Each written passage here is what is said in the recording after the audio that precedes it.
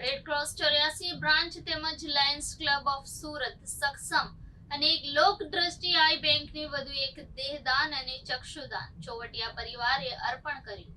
અમરેલી જિલ્લાના સજિયાવદર ગામના વતની હાલ પરવટ પાટિયા ડીવી પાર્કમાં રહેતા પ્રણામી ધર્મ સાથે રહીને શ્રી કુચલમ સ્વરૂપ કિરનતન સહરુમાં પ્યારેલાલને કહ્યું કે જે ખેલ આપે માંગ્યો તે આપના મારે બનાવેલ તે આપે જોઈ લીધો, હવે હું તમને લેવા માટે આવ્યો છું તો મારી સાથે ચાલો।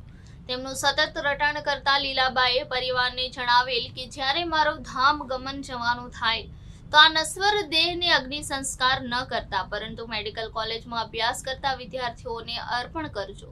જે કોઈ અંધ વ્યક્તિ સનાતન ધર્મના પુસ્તકો વાંચી શકે તેમજ સંતોના દર્શન કરી શકે। લીલાબા કનુભાઈ ચોવટિયા 75 વર્ષે પરમધામ જતા પુત્ર સંજયભાઈ પ્રફુલભાઈ, નીતિનભાઈ યોગેશભાઈ, પુત્રી સંગીતાબેન સંજયકુમાર વગાસિયાએ ડોક્ટર પ્રફુલભાઈ સિરોયાનો સંપર્ક કરી લીલાબાના દેહદાન ચક્ષુદાન માટેના સંકલ્પની વાત કરી હતી।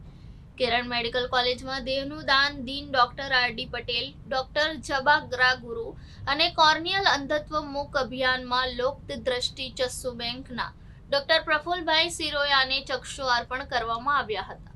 પ્રણામી ધર્મના લક્ષ્મણદાસજી મહારાજ, ડોક્ટર રમેશભાઈ અમીપરા, પૂર્વ deputy mayor doctor Jayaben Amipara, પૂર્વ મેયર અસ્મિતાબેન સિરોયા, દિનેશભાઈ પટેલ, સજિયાવદર ગામજનો, પ્રણામી ધર્મના ધર્મપ્રેમી લોકને સંજયભાઈ આત્મ આધાર વાલા, સર્વે સુંદર સાથજી તેમજ ભાવિક ભક્તજનોને પ્રેમ પ્રણામ સાથે જણાવવાનું કે અમારા માતૃશ્રી પરમધામવાસી લીલાબેન કનુભાઈ ચોવટિયાના ધામ ગમન નિમિત્તે તેમના આત્મકલ્યાણ અર્થે શ્રી તારતમ સાગર કુંજલમ સ્વરૂપ ત્રિદિવસીય અખંડ પારાયણનું આયોજન નીચે મુજબના કાર્યક્રમ તેમજ સ્થળે રાખેલ છે, તો આપ સર્વો સામૂહિક આત્મજાગૃતિ હેતુ શ્રી મુખવાણી ચર્ચા શ્રવણ કરવા અચૂક હાજર રહેવા આમંત્રણ પાઠવ્યું હતું।